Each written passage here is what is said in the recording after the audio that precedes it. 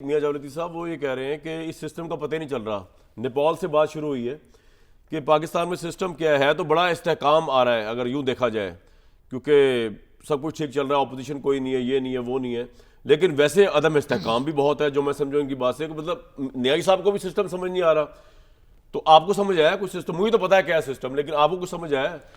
وہ کہہ رہے ہیں صحیح سسٹم نہیں ہے یہ 70 سال میں. دیکھیں کامران شاہد صاحب, بات یہ ہے کہ اگر میرے لیے کوئی چیز موافق ہے تو پوری باقی دنیا کے لیے موافق نہیں ہے, تو اس کو یہ مت سوچیں, مت کہیں. ماشاءاللہ کیا لاجک ہے میاں صاحب, یہ تو پھر اس کچھ کی یونیورسل ریالٹیز بھی ہوتی ہے نا سر. میں عرض کر دوں, ایک مجھے موقع دیں. جی جی. میں یہ کرتا ہوں کہ ابھی بات آپ نے کی ہے نیپال کے حوالے سے. نیپال ہو, بنگلہ دیش ہو, پرانا ایران ہو, جہاں کہیں خاص طور پر میں مسلمان ممالک کی بات کرنے لگا ہوں, تو جہاں کہیں عوام کے احتجاج سے, رد عمل سے کہیں کوئی تبدیلیاں آئی ہیں, تو وہاں کی افواج نے اگر سرنڈر کیا ہے تو پاکستان کے اور وہاں کے حالات انٹائرلی ڈیفرنٹ ہیں. ہماری فوج سرنڈر کرنے والی نہیں ہے.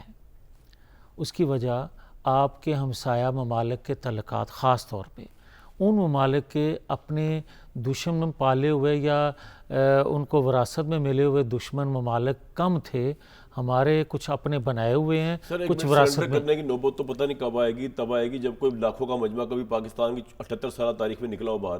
آپ کے پرائم منسٹر چلے گئے, یہاں سے نکال دیے گئے, جلا وطن ہو گئے, کوئی بندہ باہر نکلا, بھٹو صاحب کو جلا دیا گیا, پھانسی ہو دی, کوئی بندہ باہر نکلا. وہ پاپولر لیڈر جو بنا پھر رہے ہیں فی الحال تحریک انصاف کے عمران صاحب, ایک بندہ ان کی سپریم کورٹ کی پیشی کے باہر نکل کے بیٹھتا. تو یہ سر آپ کیا بات کر رہے ہیں, وہ تو اس کی تو نوبت ہی نہیں. حالانکہ مجھے پتہ ہے, آپ کو بھی پتا تاریخ کا, کہ 77 کے اندر جب بھٹو صاحب نے معاشرہ لگوایا تھا لاہور کے اندر, تو یہاں بریگیڈیئر تو ریزائن کر دیا تھا کہ عوام پہ گولی نہیں چلائیں گے. میں ایک کامران صاحب, سوائے ایک ملک کے جس کا میں نے ایران کا ذکر کیا, وہ ایک لیڈر کی قیادت میں انقلاب آیا تھا.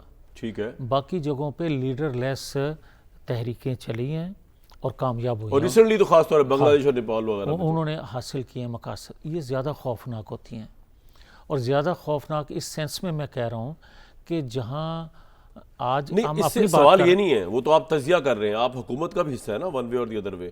اس حکومت کو خدشہ ہے اس طرح کے عوامی ری ایکشن کا کبھی بھی؟ دیکھیں, شہباز صاحب کی جو حکومت اگر آپ یہ کہہ دیں نا کہ بالکل نہیں ہے تو غلط ہے.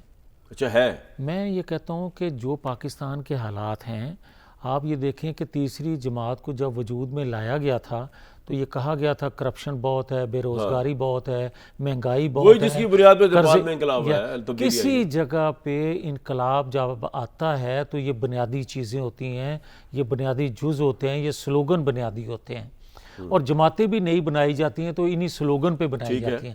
وہ الگ بات ہے کہ اقتدار میں آتی ہیں تو کیا کرتی ہیں, یہ بھی ہم نے دیکھ لیا.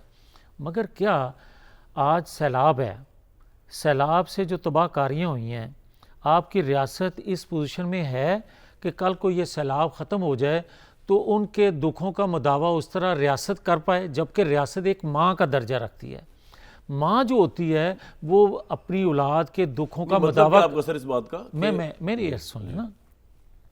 دیکھیں, بہت سی بے ضابطگیاں, بہت سی نالائکیاں, بہت سی سستیاں بغیر منصوبہ بندی کے ہم کئی سال گزار دیتے ہیں. جس طرح کہ 2022 میں سیلاب آیا اور ہم نے سوچا کہ آ گیا ہے, چلا گیا ہے, اس کے بعد کچھ نہیں ہوگا, جبکہ موسمیاتی تبدیلیاں جو تھیں وہ الارم کر رہی تھی آپ کو کہ کسی وقت پھر یہ حادثہ پیش ہے. حکومت نے اس کو ویسے اس طرح سیریسلی لیا نہیں, لیکن چلیں بہرحال. ہاں, ریاست کے جو منصوبہ ساز ہوتے ہیں, ادارے ہوتے ہیں, جو آپ کے تجربہ کار لوگ ہوتے ہیں, یہ ایک ونگ ہوتا ہے, ایک لوگ بناتے ہیں, منصوبہ کرتے ہیں, جو ہمارے ہاں نہیں ہے.